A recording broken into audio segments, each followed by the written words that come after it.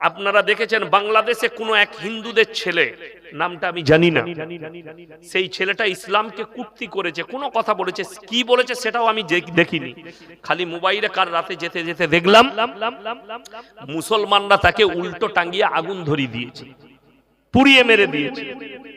যদি জিজ্ঞেস করেন এটা মারাত্মক অপরাধ করেছে। যদি বলেন ইসলামকে গালি দিয়েছে, ইসলামকে গালি এরা তো দূরের কথা। যারা বাংলাদেশের মুসলমান আছেন, আমার ভারতের মুমিন ভাই আছেন, দিনী ভাই যারা আমার বক্তব্য বাংলাদেশে শুনেন, দেশ বিদেশের, অনুরোধ করে বলছি কালকে আমার এই জলসাটা ছুটবে গোটা পৃথিবীতে, শুনে যান। তাহলে তোমরা নবীজি সাল্লাল্লাহু আলাইহি সাল্লামের বিজয়ের হাদিসগুলো পড়ে নাও। যেদিনে নবীজি মক্কা বিজয় করেছেন, সেই দিনে সাহাবীরা তলোয়ার নিয়ে দাঁড়িয়ে গেছে। আজকে আমরা বদলা লব। আম্মার ইবনে ইয়াসিনের মায়ের দু পায়ে উট বেঁধে দুদিকে তাড়িয়ে দিয়েছে কাফেররা, আখ ফারার মতো ফারা গেছে। হযরতে উসমানে গনি রাদিয়াল্লাহু তাআলা আনহুকে 40 দিন হাত পা বেঁধে গরম বালুতে ফেলে রেখেছে, পানি দেয়নি।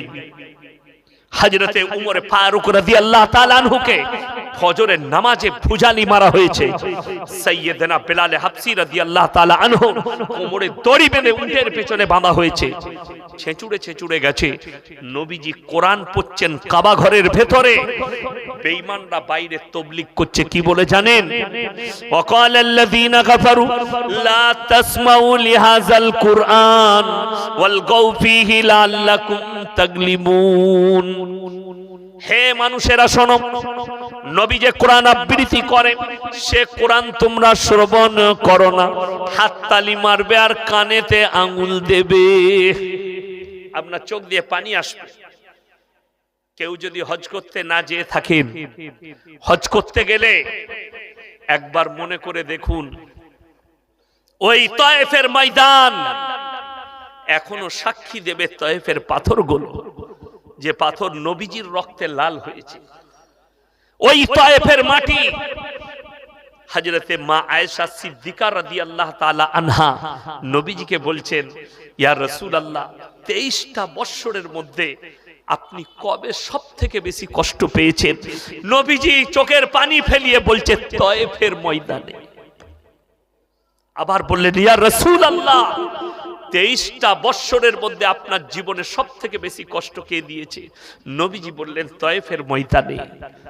জিবরিল আমিন বললেন, ইয়া রাসূলুল্লাহ, আপনি যদি বলেন আমি একটা পর মারবো, পৃথিবীটা 7 বার ধ্বংস হবে। নবীজি বললেন, এদের নাসাল এরা কোনদিন আমার কাছে ঈমান আনয়ন করবে। জোরে বলুন সুবহানাল্লাহ। নবীজি ক্ষমা করলেন যে নবীজিকে রক্তাক্ত করেছে তায়েফের মানুষ। নবীজি বললেন, আমার 23 বছরের জীবনীতে আমি যেদিনে সবথেকে বেশি কষ্ট পেয়েছি, আমাকে তায়েফের মাটিতে যেদিনে রক্তাক্ত করা হয়েছে। নবীজি বললেন, আমি ক্ষমা করে দিয়েছি আয়েশা, তারা আমার প্রতি একদিন ঈমান আনবে। আল্লাহর কসম, তারা ঈমান এনেছে নবীজির ব্যবহারে। জোরে বলুন সুবহানাল্লাহ। যে লোকটা আমার নবীজিকে গালি দিল, সে একটা মানুষ, তাকে তোমরা নবীজির কথা না ভেবে তাকে আগুন দিয়ে জ্বালিয়ে দিলে। শুধু তাই নয়, আমি এক্ষুনি শোনালাম, কোন মানুষ যদি কোন মানুষকে হত্যা করে, আল্লাহ কোরআনে বলেছে গোটা পৃথিবীর মানুষকে হত্যা করলো, হয়তো এই গালি দেওয়ার বদৌলতে আল্লাহ তাকে ঈমান দান করতে পারতেন। এরকম হয়েছে না হয়নি? আপনারা জানেন। হে বাংলাদেশের মানুষ, শুনে রেখে দাও, আমি যাইনি, আমার বক্তব্য শোনো। নবীজি সাল্লাল্লাহু আলাইহি সাল্লামের আপন চাচা যান, বাংলাদেশের যে হাজী সাহেব ভাইরা হজ করতে যান, যারা জ্বালিয়ে পুড়িয়ে মেরেছে ওই বাচ্চাটাকে, হিন্দু ছেলেটাকে, তারা কান খুলে শুনে নাও। তোমরা হজ করতে গেলে, না হলে হাজী সাহেব দিকে জিজ্ঞেস করে নাও, উহুদের প্রান্তরে 70 জন সাহাবীর কবর আছে। সেখানে এমন একজন ব্যক্তির কবর, নবীজির চাচা যান হযরতে আমির হামজা রাদিয়াল্লাহু তাআলা আনহু। যখন যুদ্ধের ময়দানে নবীজির সামনে লাশ আনা হলো, হযরতে আমির হামজা রাদিয়াল্লাহু তাআলা আনহু নবীজি হাঁটুগুলো গেড়ে বসে গেলেন আর কাঁদতে লাগলেন, আমার চাচার সঙ্গে এরকম ব্যবহার কে করেছে? গোটা গলা থেকে কলিজা থটটা বুক চিরে বার করে চিবিয়ে খেয়ে নিয়েছে। নবীজি কাঁদলেন আর বললেন, হে আমার সাহাবীরা, আমার চাচার হাল এরকম কে করলো? চেহারাটা ক্ষত বিক্ষত, কলিজার থরটা নেই, বুক চিরে বার করে চিবিয়ে খেয়েছে। ইয়া রাসূলুল্লাহ, তার নাম হিন্দা, সে আপনার চাচা জানের কলিজার থরটা চিবিয়েছে যেদিনে নবীজি মক্কা বিজয় করেছেন। আর সাহাবীরা বললেন, আজকে বদলা নেব। নবীজি বললেন, আজকে বদলা লিবার দিন নয়। আমি মুহাম্মদ আল্লাহর নবী, আমি দয়া করতে জানি, মায়া করতে জানি, ক্ষমা করতে জানি, আমি বদলা নিতে জানি না। বলুন সুবহানাল্লাহ। দলে দলে বেঈমান কাফেররা যখন ঈমান আনছেন, সেই দলের ভেতরে নিজের মুখটাকে লুকিয়ে আসছে হিন্দা। নবীজি বুঝতে পারলেন, মেম্বার থেকে দাঁড়িয়ে গেলেন আর বললেন, হে হিন্দা, বলো লা ইলাহা ইল্লাল্লাহ মুহাম্মাদুর রাসূলুল্লাহ, কলমাটা পড়ে নাও। আমি আল্লাহর নবী, দয়ার নবী, আমি ক্ষমা করতে জানি, দয়া করতে জানি, বদলা নিতে জানি না। নবীজি তার চেহারার দিকে তাকিয়ে কাঁদতে লাগলেন আর বললেন, হে হিন্দা, তুমি আজকে কলমা পড়েছো, আমি আল্লাহর নবী ক্ষমা করেছি, আল্লাহ তোমাকে ক্ষমা করেছে, কিন্তু যতদিন তুমি বেঁচে থাকবে আমার চোখের সামনে এসো না। তোমার চেহারা দেখলে আমার চাচা জানের কথা মনে পড়ে যাচ্ছে। তুমি আমার চাচা জানের কলিজার থরটা বার করে চিবিয়ে খেয়েছো। নবীজি ক্ষমা করেছেন হিন্দাকে। নবীজি যদি চাইতেন তাকে টুকরো টুকরো করে দিতে পারতেন। শক্তি তখন নবীজির হাতে, মক্কার শক্তি। নবীজি এলান করলেন, তোমরা আমার 5টা কথার আমল করবে। জোরে বলুন সুবহানাল্লাহ। কটা? 5টা। নাম্বার 1, তোমরা মাথায় রাখবে, কোন বৃদ্ধকে মারতে পাবে না। নাম্বার 2, বৃদ্ধাকে মারতে পাবে না। নাম্বার 3, শিশুকে মারতে পাবে না। নাম্বার 4, আত্মসমর্পণ করলে মারতে পাবে না। নাম্বার 5, কাবা ঘরে প্রবেশ করলে তোমরা তার গায়ে হাত লাগাতে পাবে না। জোরে বলুন সুবহানাল্লাহ। নবীজি সেদিনে দেখিয়েছেন। আমি বলে যাচ্ছি, নূপুর শর্মা বলে ভারতের একজন মহিলা গাল দিয়েছে, দিয়েছে না দেয়নি? ইসলামের কোনো ক্ষতি হয়েছে? ক্ষতি হয়নি। ক্ষতি হয়েছে বলুন? বরঞ্চ লাভ হয়েছে। বরঞ্চ কি হয়েছে? লাভ হয়েছে। আমি তো দোয়া করেছি, আল্লাহ নূপুর শর্মার তকদিরে ঈমান লেখা থাকলে ঈমান দাও, তা না হলে নিস্তে নাবুদ করে দাও। আপনারা খালি দেখতে থাকুন। প্রথম পাঠ জাবেদ আখতারের সাথে হয়েছে, এখনো দ্বিতীয়, তৃতীয়, চতুর্থ, পঞ্চম পাঠ বাকি আছে। এই লোকটাও বাধ্য হবে আল্লাহকে বিশ্বাস করতে এবং কালমা পড়তে হবে। জোরে বলুন সুবহানাল্লাহ। কেন? ইসলাম হচ্ছে সত্য, কোরআন হচ্ছে সত্য। ওই জন্যে আপনার দ্বারা যেন কেউ কষ্ট না পায়, আপনি হকের উপরে টিকে থাকুন। আল্লাহর কসম, হকের জিত আছে, না হকের জিত নেই। আজকে মুসলমান মনে করেছে আমি না হকে থাকলে আমার জিত আছে, হকে থাকলে জিত হবে না। এটা তোমার ভুল ধারণা। যাকে দেখছো সাময়িক, যে সুদখোরকে বড় লোক দেখছো ওটা সাময়িক, যে বেঈমানকে দেখছো এটা সুখে আছে সাময়িক, তার ভেতরটা জিজ্ঞেস করো, ভেতর শেষ হয়ে গেছে অশান্তিতে। আপনি বলুন, বড় লোকরা কোটি কোটি টাকা ইনকাম করে, জানেন আপনার মাদ্রাসার ইমামের বেতন কত? এই মসজিদে ইমামের বেতন কত তোমাদের?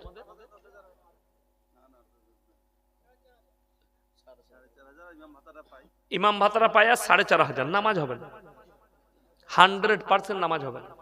যা পারবে করো, আমার যা পারলে করে লাও, যদি তোমার মুক্তি থাকে ফতোয়া নিয়ে আসবে। আমি বলে যাচ্ছি নামাজ হবে না। যাই হোক, 4,500 বেতন আমাদের মৌলবীদের সব থেকে কম বেতন সমাজে। কিন্তু জানেন, এই যে সাদা জামা গেটআপ দেখছেন, এই যে গেটআপ, এই যে গেটআপ, এটা কিন্তু আল্লাহর কসম টাকার লয়, ইখলাসের। কিসের বললাম? ইখলাসের। যদি বলেন হাদিস শুনান, নবীজির হাদিস, যারা আল্লাহর রাস্তায় দিনের পথে থাকবে আল্লাহ মৃত্যুকাল পর্যন্ত ইজ্জতের রুজি দান করবেন। জোরে বলুন সুবহানাল্লাহ। আমরা ডাক্তারের বাড়িতে যাই, মাস্টারের বাড়িতে যাই, তো ডাক্তারের বাড়িতে গেলে ডাক্তার দস্তরখান বিছাই না মৌলবি? ডাক্তার হুজুর হাতটা ধুয়ে দিই, হ্যাঁ হুজুর রুটিটা দিই, হুজুর মাংস তুলে দিই, আল্লাহর কৃপা শুকর আদায় করি। সকালবেলায় মাস্টারের বাড়িতে ইমামের পালা, মাস্টারকে চাটা বুইয়ে নেই, ইমামকে দিতে হবে, ঠিক কি না? কথা বলেন, ভাতটা বুইয়ে দিতে হবে। জোরে বলুন সুবহানাল্লাহ। রাসূলের হাদিস সত্য। আপনি দিনের পথে থাকেন, আল্লাহর রাস্তায় থাকেন, আল্লাহ আপনাকে মৃত্যুকাল পর্যন্ত ইজ্জতের রুজি দিবেন। আমরা আলেমরা তো ওই জন্য, লটারির টিকিট হারাম না হালাল? প্রত্যেকদিন টোটো চালিয়ে 1,000 টাকা ইনকাম করছে, হারাম করে 500 টাকা লটারি কাটে। লটারি যদি হালাল হতো আমরা মৌলবীরা তো রোজ একটা করে কাটতাম।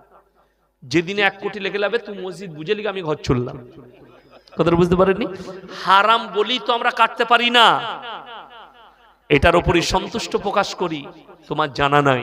তাইলে মুসল্লিদিকে বলতাম ফজরের নামাজ পড়ি বিসমিল্লাহ বলে সূরা ইয়াসিন পড়ে একটা চালিয়ে দিবি, এক ঘর 1 কোটি। হারাম বলি তো আমরা নাই, হারাম বলি তো আমরা মৌলবীরা সুদ খাই না, তোমার জানা নাই। যদি সুদটা হালাল হতো তো মৌলবীর জন্যও হালাল হতো না? হতো না? হালাল হতো। লটারিটা হালাল হলে তো মৌলবীর জন্যও হতো, মদটা হালাল হলে তো মৌলবীর জন্যও হতো। যখন এদের জন্য হারামটা আমি মুসলমান, আমার জন্য কি করে হালাল হতে পারে? শুনেলে রাসূল সাল্লাল্লাহু আলাইহি সাল্লামের হাদিস, কিয়ামতের পূর্বে রাতের বেলায় মানুষ শুবে, সকাল বেলায় চেহারাটা বাঁদর না হলে শুয়োরের মতো হয়ে উঠবে, খিনজিরের মতো। নবীজি সাহাবীরা কাঁদলেন, ইয়া রাসূলুল্লাহ তারা কি পাপ করবে যে এরকম হবে? নবীজি বললেন, তারা যতগুলো দুনিয়ার পাপ থাকবে হালাল মনে করে করতে শুরু করবে। সুদখোর জানে হারাম, সুদ খাচ্ছে, কিয়ামতের পূর্বে সেই সুদখোরদের চেহারাটা দুনিয়াতেই শুয়োরের মতো হবে, না হলে বাঁদরের মতো। রাতের বেলায় শুবে, সকালে উঠে আয়না দেখবে শুয়োরের মতো হয়ে গেছে। কিয়ামতের আলামত এটা, মাথায় রাখবেন। সবাই হারাম জিনিস থেকে বাঁচবো, জোরে বলুন ইনশাআল্লাহ। দাজ্জাল আসার সময় হলে মানুষ বুঝতে পারবে যখন হারাম জিনিসকে হালাল করে নিয়েছে। মুসলমান, আপনি হারামকে হালাল করে নিচ্ছেন, হারামকে হালালকে হারাম আর হারামকে হালাল করে নিচ্ছেন, কি করে হতে পারে? আপনি জানেন না যে হালাল হলে মৌলবীরা আগে ইউজ করত? বিয়ে শাদীতে গান বাজনা করলে পণ লেবার হলে গরিব মৌলবীরা আগে নিত, কেন লেই না? এটাও ভাবতে হবে। এই মৌলবী গরিবের ছেলে, মাদ্রাসায় আমরা কাদিকে দিই, খেতে পাই না, মানুষ করতে পারছে না, বাপকে জ্বলাচ্ছে, মাকে জ্বলাচ্ছে, ভাতের হাঁড়িতে ঢেলা মারছে বলে মালসাই দিয়ে ওরা বুঝেলে। ঠিক বললাম না ভুল বললাম? এই বাচ্চাগুলোকে দেন। এই গরিবের বাচ্চা, যে বেচারা ভিক্ষা করে খায়, মাদ্রাসায় দিয়েছে, আলেম হাফেজ হয়েছে, সে যখন আলেম হাফেজ হয়ে মসজিদে 10,000 বেতন পাচ্ছে, সে তো দাবি করতে পারে আমি যখন 10,000 টাকা ইনকাম করি, আমাকে একটা ভালো অ্যাপাচি বাইক লাগবে, 5 ঘড়ি সোনা লাগবে, 10 লাখ টাকা লাগবে। মৌলবীরা করতে পারে না। আমার যখন বিয়ে হয়, আমার শ্বশুর ঈদের সময় আমার গিন্নিকে জিজ্ঞেস করেছে জামাইয়ের কমিটা ছিট লাগে, জিজ্ঞেস করবে আমার নিজের ফুপা। আমি বললাম তোমার বাপকে জিজ্ঞেস করো ওদের গাঁয়ের লোকের কত লাগবে, বর্ধমান থেকে ধরিয়ে দেবো, টেনে নিতে বলবে। আমার বাপের নাই, আমি ছিড়া পড়ে ঈদগায় যাব। কিন্তু এখন আপনি ঈদগায় কাকে দেখতে, কিরকম দেখতে পাবেন? জাঙ্গিয়াটা শ্বশুরের, লুঙ্গিটা শ্বশুরের, গেঞ্জিটা শ্বশুরের, আতরটা শ্বশুরের, জামাটা শ্বশুরের, তোয়ালিটা শ্বশুরের। তোর কি বলে? খালি ন্যাংটো মানুষটা আমি, বাকি আর কিছু নাই, শ্বশুরের। 1 সপ্তাহ আগে থেকে হারাম কর বউকে বলছে, তোমার বাপকে ফোন করো, ঈদিটা পাঠাবে না। হিজড়ে পয়দা করেছে, হিজড়ে, কামাবার ক্ষমতা নাই। আর আমরা মৌলবীরা হচ্ছে মরদ, আসলেই মরদ। দাড়ি যারা রেখেছে, যারা দাড়ি টুপিওয়ালা, এরাই মরদ। যদি বলেন কেন, আমি বলি নাই, তোমাদের আচার আচরণই বলছি। যদি বলেন হুজুর বুঝিয়ে দেন, মেয়েরা, আমাদের মা বোনেরা কাদিকে দেখে বেশি পর্দা করে? দাড়িওয়ালা মৌলী সাহেব যাচ্ছে, আর দেশের লোক যাচ্ছে, মাথায় কাপড়ের দরকার নেই। ঠিক বললাম না ভুল বললাম? তার মানে মৌলবি কটা দাড়িওয়ালা গুলো মরদ আর বাকি সব হিজড়ে, খালি এদিকে দেখে পর্দা করতে হবে। এইটাই তো অসুবিধা, ওইটাই অসুবিধা। বেলডাঙ্গা বাজারে চা খাচ্ছি, ইয়াসিন সাহেব ল,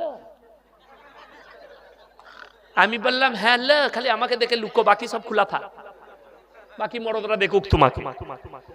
দুঃখ ওইটাই মায়েরা, পর পুরুষের কাছ থেকে তোমাকে পর্দা করতে হবে, যে কোনো পুরুষ হোক, দাড়ি চাচা দাড়িওয়ালা।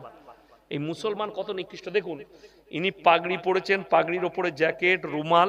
আচ্ছা দেখতে খারাপ লাগছে না ভালো লাগছে? ভালো লাগছে মাশাআল্লাহ। আমার পাশে ইনি বসে আছেন মাশাআল্লাহ, আর আমি জানি না আমাকে কেমন লাগছে, তোমরা জানো। ইনি বলছেন মাশাআল্লাহ। যাই হোক, একটা বাংলাদেশের ছেলে আমাকে ফোন করে বলছে হুজুর ছেলেদের সোনা পড়তে নাই কেন? আমি বললাম হারাম। বলে দলিল দেন। আমি 2টো হাদিসের দলিল পাঠিয়ে দিলাম তাকে, চ্যাপ্টার তুলে।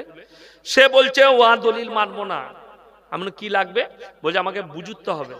আমি তুমি এক কাজ করো, আমরা বিয়ে হয়েছে? বলে হ্যাঁ। আমরা তোমার বউ কানের পড়ে? বলে হ্যাঁ। আমরা তুই কাল থেকে দুটো কানের পড়বি। আমি তোর বউ নাকের পড়ে? বলে হ্যাঁ। আমি তুই কাল থেকে একটা নাকের পড়বি। হাতের দুটো বালা তোর বউ পড়ে? তো বলে হ্যাঁ। আমি তুই পড়বি। গলায় একটা হার পড়বি, দিয়ে দেখবি তুই কোনটা তোর বউ কোনটা ধরা যাবে না, তোরা দুজনেই কনফিউজ হয়ে যাবি। যে তাকে বললাম বুখারী শরীফের হাদিসে আছে, কোন পুরুষ যদি নারীর মতো রূপ ধারণ করে আল্লাহ তার দিকে তাকিয়ে দেখবেন না। তাদেরকে বলা হবে তোমরা নারীর রূপ ধারণ করে দেখাও, তারা বলবে অক্ষম, আল্লাহ তাদেরকে জাহান্নামে নিক্ষেপ করবে। যে নারীরা পুরুষের মতো রূপ ধারণ করবে, বুখারী শরীফের হাদিসে আছে, আল্লাহ তাদের দিকে তাকাবেন না। তাদেরকে বলা হবে পুরুষের মতো রূপ ধারণ করো, তারা বলবে আমরা অক্ষম, আল্লাহ জাহান্নামে নিক্ষেপ করে দিবে। যারা জেন্ডার পরিবর্তন করছে তাদের জান্নাতে যাবার আর কোনো রাস্তা নাই। জেন্ডার মানে জানেন? পুরুষ থেকে মহিলা, মহিলা থেকে পুরুষ হচ্ছে যারা, যারা নিজেদের জেন্ডার আল্লাহর কুদরতের সঙ্গে ছেড়খামি করছে। এদেরকে আল্লাহ কুদরতি আমাদেরকে কান দিয়েছে, নারীদের ফুটো করা যায় যাচ্ছে, আমাদের যায় যাচ্ছে। তাহলে অনেক ছেলেকে দেখিয়ে দেবো হারামখোর কানে বালি পড়েছে, পড়েছে না পড়েনি? ই আবার জান্নাতের আশা করে। হ্যাঁ, এ তো জান্নাতে যাবার খুব আশা। হাতে বালা পড়ছে, যাদের হাতে চেন আছে বালা আছে খুলে দিবেন, একটা করে ভালো ঘড়ি পড়বে, জায়েজ আছে। কিন্তু হাতে চেন পরা হারাম, হাতে বালা পরা হারাম। এগুলো নারীদের আখলাক আর চরিত্র। তোমার জানা নেই? হাতে বালা পরা হালাল হলে মৌলবীরা আগে পড়তো, হাতে চেন পরা আগে জায়েজ হলে আমরা মৌলবীরা পড়তাম। তুমি পড়েছো একটা রূপোর চেন। আমি ইয়াসিন জলসা করি, আমি একটা সোনার চেন পড়তে পারতাম, পারতাম না? পারতাম না। কিন্তু হারাম বলেই তো পড়িনি, হারাম বলেই তো ইউজ করিনি। বেটার বিয়েতে গান বাজনা করছো, হিজড়ে নাচাচ্ছ। আশা করি আপনাদের এখানে নাই, গান বাজনা হয়? হয়। তাহলে আপনি বলুন গান বাজনা ইসলামী শরীয়তে হারাম না হালাল? হারাম।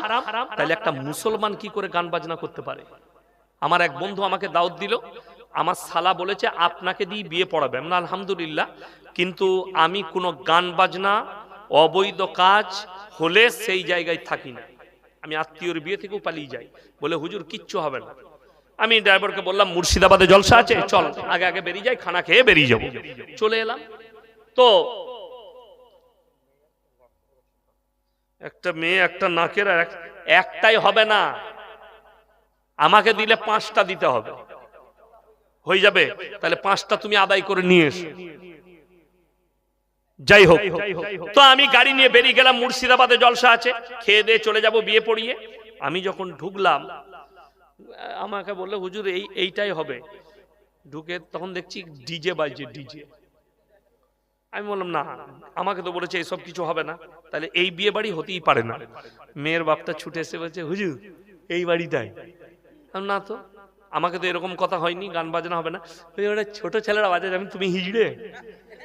ছোট ছেলেরা বাজে, তুমি হিজড়ে?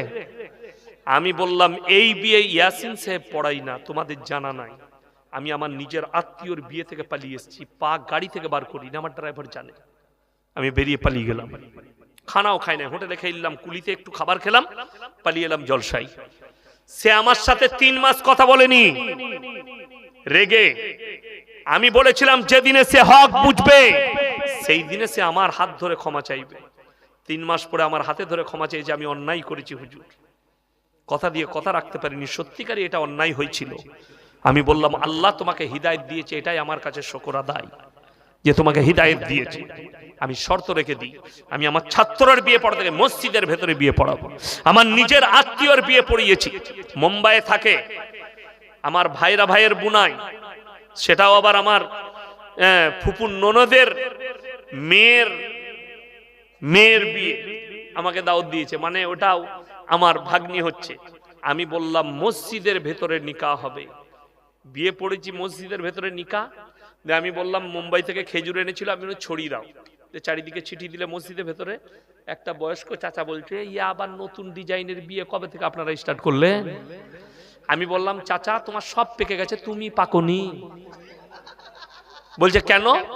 আমি বললাম এইটাই সুন্নত তরিকা। বলছে খেজুর ছিটানোটা? আমি বললাম হ্যাঁ এইটাই ছোঁয়ারা ছিটিয়ে দেওয়া এটাই সুন্নাত। আলেমদিকে জিজ্ঞেস করুন, নবীজি সাল্লাল্লাহু আলাইহি সাল্লামের জামানায়, সাহাবীদের জামানায়, তাবিঈনদের জামানায়, তাবে তাবিঈনদের জামানায় মসজিদের ভেতরে নিকাহ হয়েছে, যার কারণে কোনো রকমের পাপ হয়নি। আজকে নিকাহটাকে টেনে প্যান্ডেলে নিয়ে গেছে, এক হারামখোর এই কোণ থেকে, এক হারামখোর ওই কোণ থেকে, একজন বলছে কলমটা ধরো, দিয়ে হারামখোর ভিডিও করছে। কোথা থেকে পেলে? অনেকজন বলবে হুজুর আপনারও তো জলসা ভিডিও হচ্ছে, ইমানদারির সঙ্গে বলুন, বিয়ের ভিডিওটা ইসলাম প্রচার হবে না? প্রচার হবে না? হবে। বিয়েতে ভিডিও করলে ওটার দ্বারা ইসলাম প্রচার হবে, আর এই জলসাটা শোনার পরে ইসলাম প্রচার হবে না? হবে না? হবে। কেন হবে বলে দিই। আমি এই গতকালকে একটা দোকানে চা খেলাম, হিন্দু ভাইয়ের দোকান। সে বলে স্যার আপনার জলসা আমি সব সময় শুনি, সব সময়। আপনার এই দেখেন মোবাইল খুলে দেখালে বলে আপনার ছাড়া কারণ নাই, আমি কোনো গান ফান শুনি না, শুধু আপনার বক্তব্য শুনি, রাতের বেলায় ঘুম আসে। তাহলে আল্লাহ যদি তাকে কবুল করে নেয়, এতে ফায়দা আছে না নাই? ফায়দা আছে।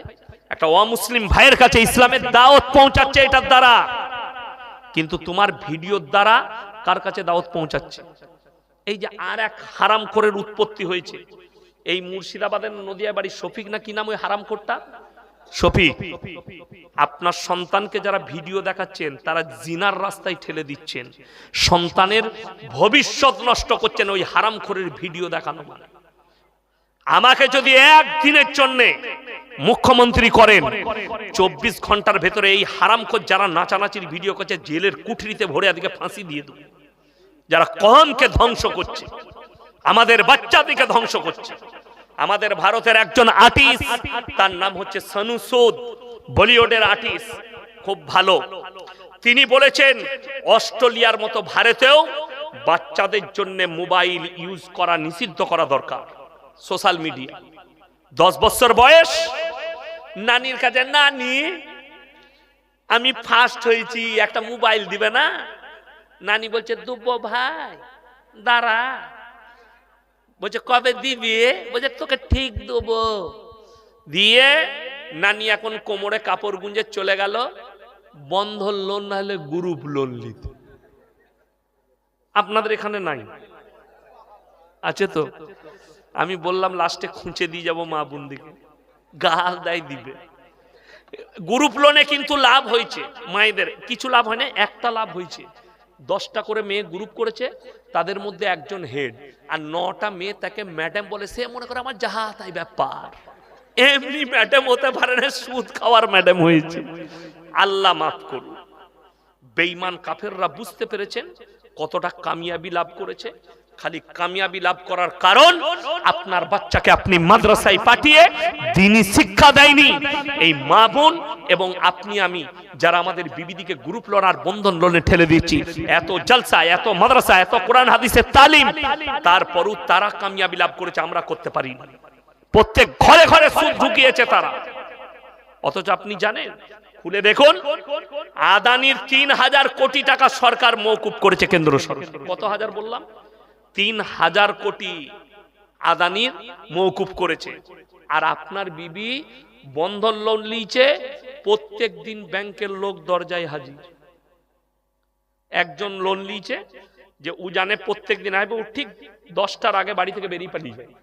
বইয়ের কাছে আসে, কই গো ভাই? বলে ভাই তো নেই, একটু চা খান। ওকে রোজ 4 ডিম খাওয়ায়। ঠিক 1 মাস পরে তার বউ কিনে পালিয়ে গেছে। আপনি 4 ডিমের কত বড় কর, বউটাই নিয়ে পালিয়েছে। তুই লোন শোধ করবি না, তোর বউটাই রাখবো, যা বুঝে কর। মোবাইলে দেখলাম, সত্য ঘটনা, মিথ্যা নয়। আমি আপনাকে বলে যাই, মা বোন যারা আছেন, আল্লাহর কসম করে বলছি, পর্দা কতটা জরুরি জানেন? পর্দা যদি ইসলামে না থাকতো তো তোমাদের থেকে আগে আমরা বৌদিকে নিয়ে পার্কে ঘুরতে যেতাম, রেস্টুরেন্টে খেতে যেতাম, দামি দামি জায়গা যেতাম। শুনেছেন? যদি মুর্শিদাবাদে আমি এত জলসা করি, আমি কিন্তু উত্তরবঙ্গে ছাড়া জলসা লিই না, দক্ষিণবঙ্গে আমার জলসা নেই। সেদিনে খড়গপুরে একটা জলসা করেছি, আমি যাব না, ছাড়বে না। আমি বললাম আমাকে কিন্তু 50,000 টাকা লাগবে। বলে 45ই লাগবে আমাকে, অ্যাকাউন্টে ভরে দিলে। বলে আসতেই হবে, করতে হবে জলসা। 45,000 টাকা দিয়েছে জলসা, আমি লুবো না, ছাড়বে না। আমি দক্ষিণবঙ্গে করি না। কেন? জলসা শোনার মানসিকতা নাই। 10টার পরে লোক খেয়ে দিয়ে পালিয়ে যায়, বিরিয়ানি খাবার জলসা। কিন্তু মুর্শিদাবাদ, নদিয়ায় মাশাআল্লাহ মানুষ দিনের কথা শুনে। আপনারা বসে আছেন, আপনাদের কিভাবে শুকর আদায় করবো আমি ভেবে পাচ্ছি না। আপনারা আমার সাথ দিয়েছেন, আমি বুঝতে পারছি ঠান্ডা আমাকেও লাগছে, তারপরেও আমি কথা রাখছি। আপনারা যে আমার সাথ দিচ্ছেন, আমি জান ভরে আপনাদের লেগে দোয়া করব। যাই হোক, আমি যেটা বুঝাতে চাইছি যে পর্দা এত মারাত্মক জিনিস। কোরআনে আছে ওয়াদরিব খুমুরিহিন্না আলা জুনুবিহিন, হে নারী তোমরা পর্দা নির্ধারিত করো, কোনোদিন ধর্ষিত হবে না, লাঞ্ছিত হবে না, তোমরা কোনোদিন খারাপ জায়গায় পৌঁছাবে না। আজকে ভেবে দেখুন, গোটা পশ্চিম বাংলা, আমার বাজারে না ভাই রেকর্ডিং হচ্ছে, এতগুলো ইউটিউবার আছে, রেকর্ডিং হচ্ছে, সবাই দেখবে। আমার জেলার লোক, আমার কাছের লোক, আজকে আমার সাথে এসছে আমার নাসির ভাই, নার্সিং মালিক, তিনিও জানেন। আমার গিন্নি, কোন বাপের বেটা বর্তমান টাউনে কিংবা গোটা গলসি বাজারে, আমার থানার নাম গলসি, কেউ যদি বলতে পারে ইয়াসিন সাহেবের স্ত্রী বোরকা পরে পর্দার সঙ্গে একটা রুমাল কিনেছে, আমি তার জুতোর মালা পরবো ইনশাআল্লাহ। জীবনে কেউ বলতে পারবে না। কোন বাপের বেটা যদি বলে দেয় ইয়াসিন সাহেবের স্ত্রী অমুকের বাড়িতে এসে বিয়ের প্যান্ডেলে বসে, প্যান্ডেলে বসা তো দূরের কথা, কোন বাপের বেটা কোটিপতি থেকে গরিব থেকে ধনী কেউ হিম্মত হবে না ইয়াসিন সাহেবকে বলে দিয়ে আপনার বিবিকে প্যান্ডেলে পাঠাবেন, খেয়ে যাবে। তার জন্য আমার জুতো রেডি আছে। আমার বিবি, আমাদের বিবি আজকে একটা প্যান্ডেলে মরদ আর মেয়ে একসাথে বসে খাচ্ছে, ঠিক কিনা? আরে এমন পোশাক পরে নারীরা আছে, শয়তানু এদিকে দেখে লজ্জা পায়। রাসূলের হাদিস মায়েরা শুনেন, আখরি জামানায় নারীরা পোশাক তো পরবে, তারপরও ন্যাংটো থাকবে। কেমন বলে দিই, এখন বোরকা বেরিয়েছে কিন্তু স্কিন টাচ একদম টাইট হয়ে লেগে আছে, সব বোঝা যাচ্ছে। এটা শরীয়ত সম্মত বোরকা নয়, শরীয়ত সম্মত বোরকা পর্দা নয়। একটা মেয়ে বলবেন যে গায়ে চাদর নিয়েছে, শাড়ি পরছে, শাড়ির উপর একটা চাদর পরেছে, চাদরের উপরও পেটটা বেরিয়ে যেতে পারে না? পারে না? পারে। ওই জন্যই তো বোরকা। আপনার স্ত্রী শাড়ি পরছে, আমি নিষেধ করবো না, এটা আঞ্চলিক পোশাক, কিন্তু বাইরে বের হলে সে যেন একটা বোরকা পরে, এমন বোরকা পরবে বাইরে থেকে যেন বোঝা না যায় এর ভেতরে যে নারীটা আছে কে আছে, তার গঠনটা কেমন, এটা যেন বোঝা না যায়। আমাদের দেশে তো এখন বিয়ে হচ্ছে এরকম প্যান্ডেল করছে, প্যান্ডেল করে জামাই আর বউকে বসাচ্ছে, দুটো চেয়ার দিয়ে বসাই না, বসাচ্ছে দিয়ে গোটা দেশের লোক দেখ আমার বউ এইটা। আর ওর বন্ধুরা যখন আসবে তখন বলা বলি করবে, 4-5টা বন্ধু এসছে, হ্যাঁ বউটা ভালোই হয়েছে, বলবে দেখবে মালটা কেমন পেয়েছে, তোর বউকে মাল বলবে। এটা বাস্তব বলছি। আর হাদিস কোরআন বলছে যে তোমার বিবি হলো, অর্ধাঙ্গিনী হলো, তুমি ছাড়া জানো পৃথিবীতে কেউ তাকে না দেখে, কেউ না দেখে। আমার বিয়েতে আমার কয়েকটা বন্ধু এসেছিল ক্লাস ফ্রেন্ড, তো আমাকে বললে ভাবির সাথে দেখা করবে। আমি তাকে বললাম ওই বই তো আমি পড়ি নাই, তুই কি করে পড়লি? তুই তো আমার সাথে পড়েছিস। আমার সাথে তাহলে আর সম্পর্ক রইল না, সম্পর্ক ছিন্ন করে দাও। কিন্তু এই বই ইয়াসিন পড়েনি, কোন রকমের চান্স নাই। আমার অর্ধাঙ্গিনী আমি ছাড়া কেউ দেখবে না। তোমাকে কে বললে? আমি বললাম আবার আমার মাদ্রাসায় ভর্তি হ, মৌলবি পর, তবে বুঝতে পারবি ইয়াসিনের কাছে দরজগায় বসলে, তবে জানতে পারবি পর্দা কি।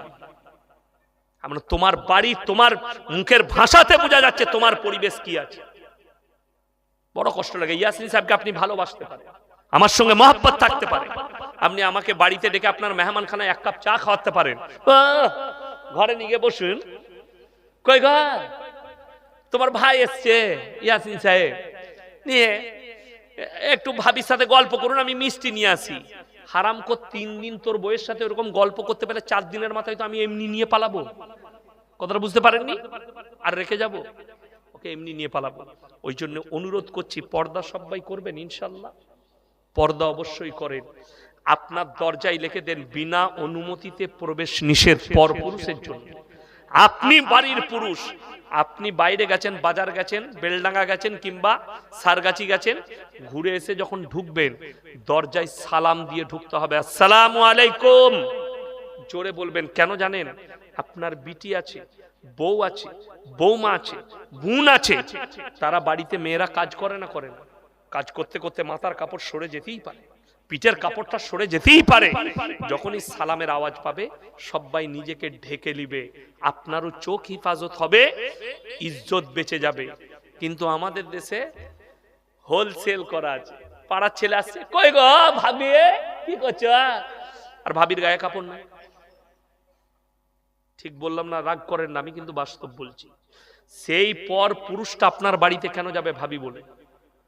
দরজায় রাখা থাকবে, বিনা অনুমতিতে প্রবেশ নিষেধ নেই। আসসালামু আলাইকুম ভাইজান আছেন? জি এখন তো নেই, বেলডাঙ্গা গেছে, আপনি পরে আসবেন। কোথা থেকে এসছেন? বলে আমি বহরমপুর থেকে এসেছি। আচ্ছা ওইদিকে মেহমানখানাটা খুলে দিচ্ছি, ওখানে বসে থাকুন, আসছে ভাই। মেহমানখানা খুলে দিলেন। যদি মেহমানখানা না থাকে আপনি বাইরে একটু বসুন, চায়ের দোকানে চা খান, উনি আসছেন, ঢুকতে দিবেন। এইটাই তো আমাদের ক্ষতি। আপনি বিশ্বাস করুন তো, আমি ইয়াসিন সাহেব আমাকে দাওয়াত দিয়েছে, মোল্লা সাহেব সভাপতি সাহেব, ইনি মাদ্রাসার শিক্ষক, ইনাদের বাড়িতে গেলে বইয়ের পাশে বসতে দিবে? কথা বলবেন, আমরা দুবো? আপনি আমাকে দাওয়াত দিতে যদি যান, আপনি আমার গ্রামে গিয়েছিলেন জলসা করতে, আপনাকে আমি খাইয়েছিলাম, আপনার জায়গাটা আমার মেহমান খানাতেই শেষ হবে। পরিবার তো দূরের কথা, আমার বাড়ির ভেতরে ঢুকতে দেবো না তোমার, পর্দার খিলাফি হবে বলে। আমার মেয়ে আছে, আমার মা বোন আছে, আমার আত্মীয় স্বজন আছে, আমার ভাবিরা আছে, পর্দারকে তোমার জায়গা মেহমান খানায় শেষ, তার বাইরে একটা মৌলী সাহেব তোমাকে তার বাড়িতে প্রবেশ করতে দেয় না। আর মৌলী সাহেবকে নিয়ে এসে বইয়ের পাশে কি করে বস করাচ্ছিস? সেই মৌলবীকে জিজ্ঞেস করলেন আপনি আমার বিবির সাথে গল্প করছেন, আপনার পর্দা সম্পর্কে জ্ঞান নেই? কিসের জন্য কথা বলবেন? আপন বোন আলাদা জিনিস, আপন বোন আলাদা জিনিস। আপনি এতটুকু আপনি ভাবছেন না সমাজের পরিবেশ? এই আখরি জামানায় মায়েরা শুনেন, দুটো কারণে মায়েরা বেশি জাহান্নামে যাবে। কটা কারণে বললাম? দুটো। নাম্বার 1 বেপরদাহি, নাম্বার 2 স্বামীর অবাধ্যতা। স্বামীর অবাধ্যতা। স্বামী নেই, সৌদি আরবে থাকে, ও পাড়া ঘুরে বেড়াচ্ছে, দেশ ঘুরে বেড়াচ্ছে। স্বামীর বিনা অনুমতিতে মায়ের ঘরটাও যেতে পাবে না। স্বামীকে ফোনের যুগ আছে, আমি আজকে মায়ের বাড়ি যাচ্ছি, স্বামী যদি হুকুম দেয় তবে যাবে, না হলে যেতে পাবে না। কে বললো তোমাকে? আর এখানে কি হয় জানি না, অনেক গ্রাম আছে ঠিক আসরের পরে নাইলে জোহরের পরে খানা খেয়ে গ্রুপ বসে, গ্রুপ দরজার বাইরে দিয়ে গল্প করে, পাড়ায় গ্রুপ বসে এক একটা জায়গায় দিয়ে মেয়েরা লোকের কুচ্চ গায়। ঠিক বললাম না ভুল বললাম? যদি বেরোয় জেনে রেখে দিবেন অপরাধী। আমার ভাই সবাই হাত তুলে বলুন তো, কোরআনের সাথে মহব্বত করবো ইনশাআল্লাহ? হাত তুলেন, জোরে বলুন ইনশাআল্লাহ। কোরআনের সাথে যদি মহব্বত করেন, কোরআনে পারা কটা আছে? 30টা। শুনেলেন একটা কথা, 3টে সাদকা দুনিয়াতে করে যাবেন, কিয়ামতের সকাল পর্যন্ত কবরে শুয়ে শুয়ে নেকি পাবেন। জোরে বলুন সুবহানাল্লাহ। লাগবে 3টে ইনশাআল্লাহ। একজন আল্লাহর বান্দা 3টে কে দিবেন? ফট করে হাত তুলে চলে আসুন। মাশাআল্লাহ, এসো হাতটা বিলিয়ে যাও, জাযাকাল্লাহ। দেখেন 70টা হয়ে গেল। এই হুজুর ঝামেলা ছাড়বে না, 71টা হয়ে গেল আবার। কি বুঝলেন? যাই হোক, মাশাআল্লাহ, জাযাকাল্লাহ। আল্লাহ তোমার হায়াতে বরকত দেখ, রুজি রোজগারে বরকত দেখ। দেখুন 70 71টা হয়ে গেল। দেখুন রবীন্দ্রনাথ ঠাকুর একটা কথা বলেছে, গাইতে শিখেছো থামতে শিখেছো তো? গাইতে জানলে থামতে জানতে হবে, তা না হলে আমি এখনো 2 ঘন্টা বলতে পারবো। আমি কিন্তু ওদের মাইকে কথা বলি নাই, ওদের মাইক খুলে দিয়েছি, আমি আমারটাই বলছি। এটা আমার নিজস্ব পার্সোনাল। যে মাইক ম্যান আছে সে জানে মালটা কি। আমি সারা রাত কথা বললেও আমার কোনো অসুবিধা হবে না। ওদেরটার দাম 300-500 টাকা, 1000 টাকা, এটার দাম 5000 টাকা। ওরা জানে, আমার ক্ষতি হবে না। কিন্তু লাস্টে দেখবো কেউ নাই, একজন আছে। তুমি কেন আছো বাপ? বলে হুজুর আমিও থাকতাম না, চেয়ারটা খালি আমার বলে আমি বসে আছি। এই ঝামেলা হবে। ওই জন্যে গাইতে জানলে থামতে জানতে হবে, দাঁড়াতে জানতে হবে। মাশাআল্লাহ, আপনারা অনেক দিয়েছেন। এসো ভাই, জাযাকাল্লাহ। দেখেন 72টা হয়ে গেল। এসো হাতটা মিলাও, আল্লাহ তোমার হায়াতে বরকত দেখ। মাশাআল্লাহ। এই দেখো হাতেই সুতো পরবেন না, আপনি একটা ঘড়ি পরবেন, ঠিক আছে? হ্যাঁ, সুতো পরবেন না, এই সবগুলো কেউ পরবেন না। সুতো, পায়ে সুতো, হাতে চেন, এগুলো পরবেন না। আমি আগেই বললাম বুখারী শরীফের হাদিসে হাত মুচকি গেলে দিলে তাহলে ভেঙে গেলে দাও না কেন? ভালো হয়ে যাবে, ডাক্তারের কাছে যাওয়া কেন? কথা বুঝতে পারেননি? দোয়া তো করবই, গজলটা তাহলে শোনাবো না। তুমি ঘর যাও না, মিষ্টি খাবা? জুম্মা পড়তে যাওনি বাবরি মসজিদে? গেলে তো ওখানে মিষ্টি দেয়নি? তুমি পাওনি, পেছনের কাতারে গেলে। আল্লাহু আকবার। উসমান ডিলার ভাই ৫,০০০ টাকা। জোরে বলুন নারায়ে তাকবীর। দেখলেন শেষ বেলাতে 10টা কোরআন শরীফের পয়সা, তাইলে 62 না 72 গো, 72 আর 10 কত বাবা? 82। আমি গজল শোনাচ্ছি, আপনাদেরকে অনুরোধ করছি, এই গজল শেষ হতে হতে আমি দোয়া করব। এই গজলের মধ্যে মধ্যেই 10, 20, 150 আমি মুসাফির মানুষ দোয়া করব। যে যা পারবেন আমার হাতে দিয়ে যান। গজল পড়তে পড়তে এই মাদ্রাসার জন্য, এতিমদের জন্য এই আঁচলে দিয়ে যান। গজল পড়া শেষ, দোয়া করে দেব, জলসা শেষ। ভুবন জুড়ে রূপের মেলা, কদম কদম ভয়, জানি না মন কোথায় কখন পথে বসে রয়। ভুবন জুড়ে রূপের মেলা, কদম কদম ভয়, জানি না মন কোথায় কখন পথে বসে রয়। আমার চলার পথে প্রিয় কাঁটার ছড়া ছড়ি, আর পারিনে সামলাতে মন তোমার পায়ে পড়ি। তোমার প্রেমের পীযুষ পানে ধরার বুকে রস, তোমার গুণের কিরণ গুণে গুণীর যত যশ। নীল আকাশে লতাই পাতাই তারাই চাঁদে হাসি, নিখিল জুড়ে যেথাই দেখি শুধুই তোমার মোহনবাসী। ইউসুফের ওই রূপের ভেতর তোমার রূপের আশিস মাগি। ঈসা মুসা ইব্রাহিম দাউদ নবী সবই, ঈসা মুসা ইব্রাহিম দাউদ নূহ সবই। সবার গুণে গুণী তুমি ওগো আমার প্রিয় নবী। সকলে বলুন সাল্লাল্লাহু আলাইহি ওয়াসাল্লাম। আমার ভাই সবাই দরুদ শরীফ পড়ুন। আল্লাহুম্মা সাল্লি আলা মুহাম্মাদিন ওয়া আলা আলি মুহাম্মাদ কামা সাল্লাইতা আলা ইব্রাহিম। মেয়েরা দিয়েছে আল্লাহ, মাশাআল্লাহ। আসুন, মায়েরা অনেক দিয়েছে গো, জাযাকাল্লাহ। আসুন ভাই, আল্লাহ হায়াতে বরকত দেখ। উঠে আসুন, মাশাআল্লাহ। আমাদের মাদ্রাসার সেক্রেটারি 10,000 টাকা। মাশাআল্লাহ, মাদ্রাসার সেক্রেটারি সাহেব 10,000 টাকা শেষে, জাযাকাল্লাহ। আল্লাহ দানকে কবুল করুক। হ্যাঁ, এতক্ষণে মনে হচ্ছে বাবা বাবরি মসজিদে টাকা পড়ছে, মনে হয়নি? মাশাআল্লাহ, এটারই নাম তো মুর্শিদাবাদ বাপ। আল্লাহ আপনাদের হায়াতে বরকত দেখবো, রুজি রোজগারে বরকত দেখ। মাশাআল্লাহ, জাযাকাল্লাহ। আসুন আসুন, ইনশাআল্লাহ আপনারা ভাগ্যবান মুর্শিদাবাদের মানুষ। এতগুলো মাদ্রাসা, এত মসজিদ আপনাদের কাছে, এবং আপনারা দিল খুলে খেটে খেলেও দান করতে পারেন, এটাই আল্লাহর কাছে অনেক ব্যাপার। আপনারা কানবেন যে আল্লাহ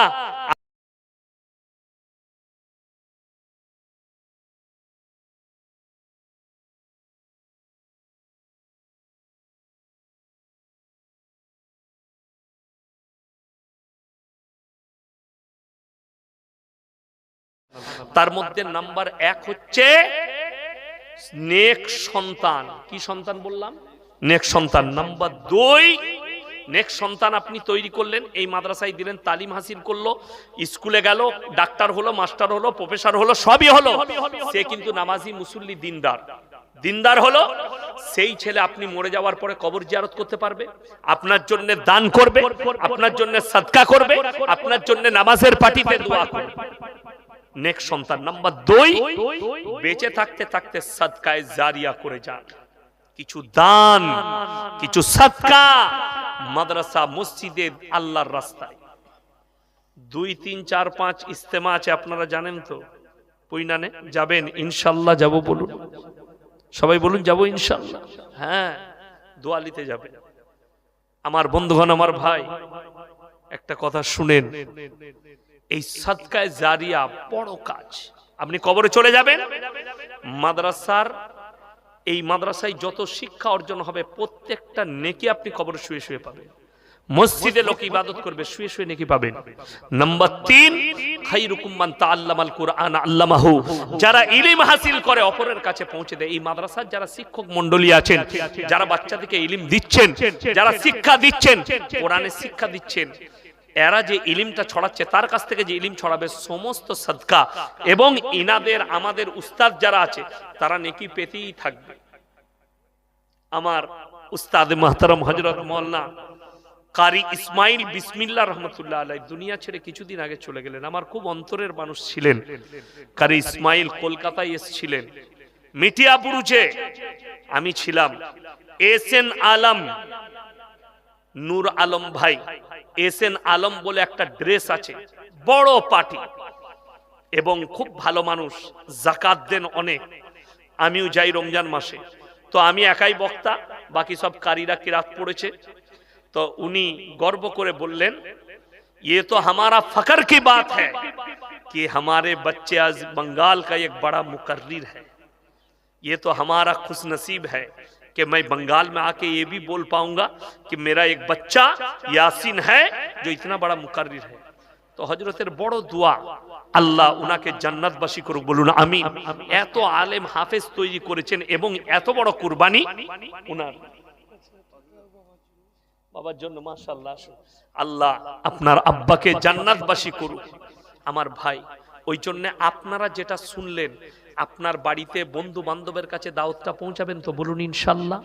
প্রথম থেকে শেষ পর্যন্ত যা শুনলেন, যেটা আপনার ব্রেনে থাকবে, স্ত্রীকে গিয়ে দাওয়াত দিবেন। দেখো, পর্দার কথা বলে গেছে, তুমি পর্দা করো, বের হও না, তোমার প্রয়োজন আমি মিটাবো। স্ত্রীকে দাওয়াত দিবেন, নামাজটা পড়ো। বাচ্চাকে দাওয়াত দেন, নামাজ পড়ো। প্রতিবেশীকে দাওয়াত দেন, নামাজ পড়ো। হালাল খাও, হালালের পথে চলো। আপনি যখন এই দাওয়াত দিবেন, আপনিও নেকি পাবেন, আমিও পাবো, আমার উস্তাদ পাবে, তার উস্তাদ পাবে। এইভাবে সাদকায়ে জারিয়া। আমার বন্ধুগণ, 3 জনের দোয়াকে আল্লাহ সঙ্গে সঙ্গে কবুল করেন। এক হচ্ছে কাছের গরীব, ওয়াতিদাল কুরবা। নাম্বার 2, ওয়াল ইয়াতামা ওয়াল মাসাকিন, এতিম আর মিসকিন, ওয়াবনাস সাবিল ওয়ালা তুবাদদির তাবদীরা। আর 3 নম্বর হচ্ছে মুসাফির। আজকের জলসায় সবথেকে বড় মুসাফির কে? আমি আছি। আমি আপনাদের কাছে কিছুই চাইবো না। 30 জন ব্যক্তি খালি 30টা কোরআন শরীফের পয়সা 500 টাকা করে দেন। এই মাদ্রাসার এতিম বাচ্চারা, গরিব বাচ্চারা, ছোট ছোট বাচ্চারা, কচিকাচারা কোরআন শিক্ষা করবে, কোরআন পড়বে। আপনি দুনিয়া থেকে চলে গেলেও শুয়ে শুয়ে নেকি পাবেন, আপনার বাপের নামে দিবেন, নেকি পাবেন। আমি খালি বলবো, আমার ভাইজান 30টা কোরআন শরীফের পয়সা আমার হাতে দিয়ে যান পটপট করে। যদি না থাকে ফোন পেতে দেন 30টা। মাশাআল্লাহ, আসুন, জাযাকাল্লাহ। 1, 2, 3, 4, 5টা কোরআন শরীফের পয়সা দিয়েছে, মাশাআল্লাহ। আল্লাহ ভাইয়ের হায়াতে বরকত দেখ।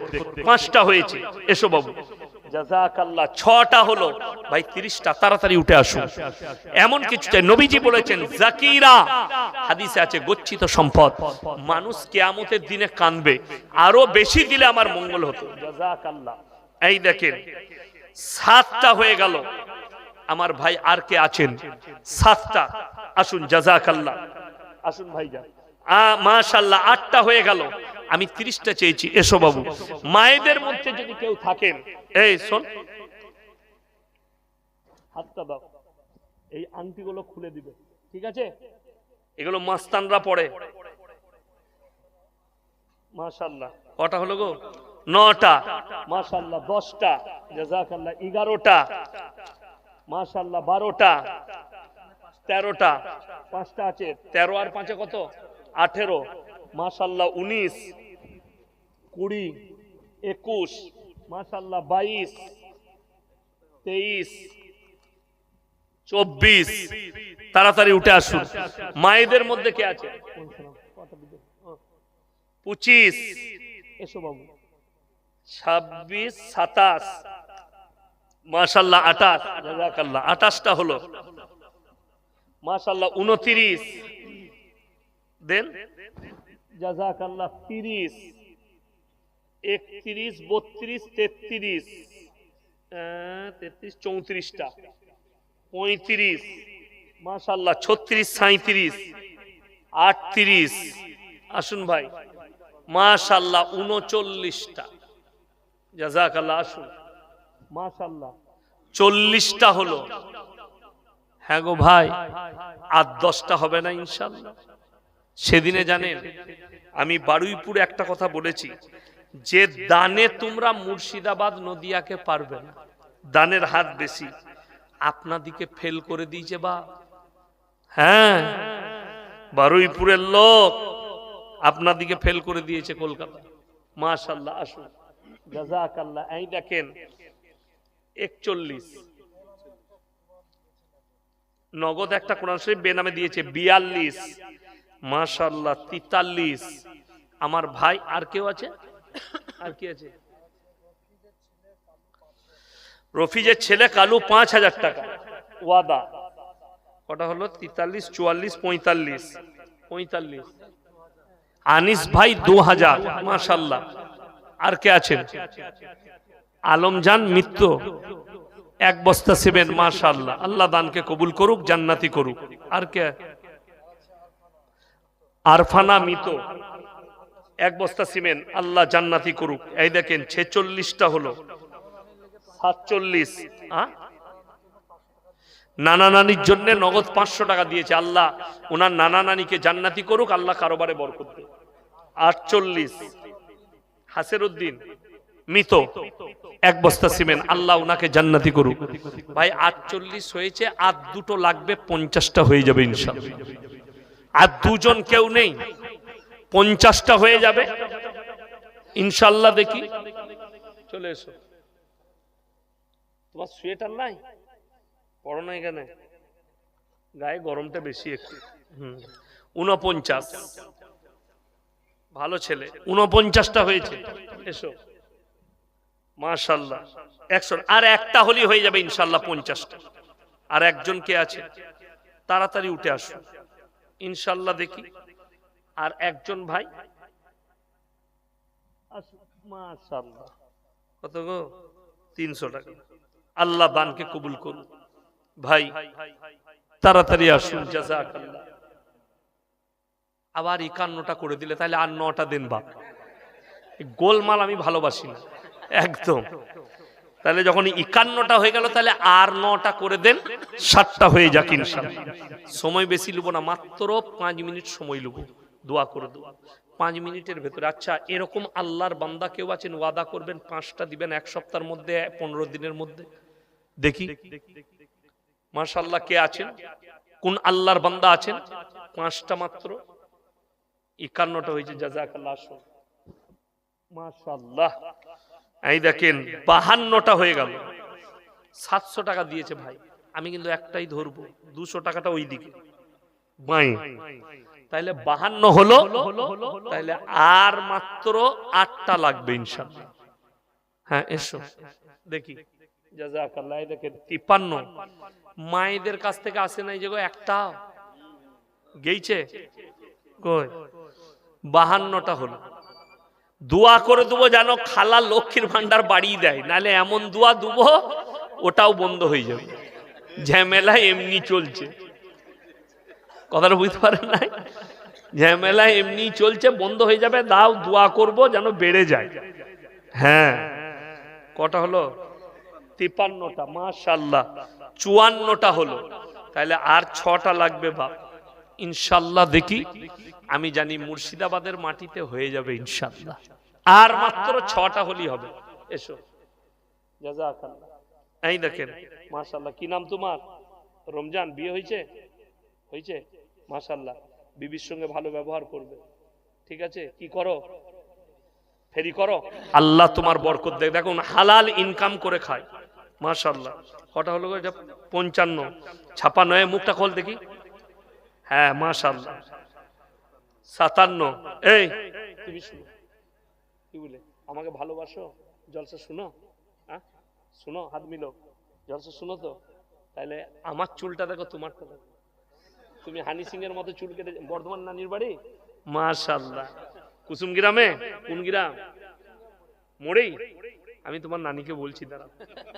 আমাদিকে ভালোবাসো আর এরকম চুল কেটেছো। চলো 58 59 হয়ে গেছে বাবা, আর একটা হলি হয়ে যাবে ইনশাআল্লাহ। জাযাকাল্লাহ। 60 দেন। 61 মাশাআল্লাহ। আল্লাহ 61টা হয়ে গেল, তাহলে তো আর 9টা লাগবে আবার। না না পালাবেন না, এই যে কেউ চলে যাবেন না, আমি দোয়াটা করে দিচ্ছি। একটা গজল শোনাবো, গজল শুনবেন? তাহলে আর 9টা দিয়ে দেন না, গজলটা শুনিয়ে দিই ইনশাল্লাহ। দেখি ফট করে। হ্যাঁ হ্যাঁ, আমি বর্ধমানের লোক, অত বুকা লয়, আগে দাও 9টা। আচ্ছা, ছেলে অসুস্থ আছে, সবাই দোয়া দেন তো আল্লাহ উনার ছেলেকে সুস্থতা দান করুক, বলুন আমিন। 62টা, 63 মাশাআল্লাহ, 64 65 66 আল্লাহ, আর মাত্র 4টা লাগবে। এটারই নাম মুর্শিদাবাদ। জোরে একবার বলুন সুবহানাল্লাহ। সেই দিনে দেখলাম গো বাবরি মসজিদে আড়া গাড়ির মতো পড়ছে মাল, এটার নাম মুর্শিদাবাদ। জোরে বলুন সুবহানাল্লাহ। এতগুলো মাদ্রাসা চলছে আপনাদের দনখাইরাতে। আমি প্রত্যেকটা জেলায় বলি যে মুর্শিদাবাদ নদিয়াকে দানেতে মানুষ পারবে না। মাশাআল্লাহ। কটা হলো? 67 মাশাআল্লাহ। আর মাত্র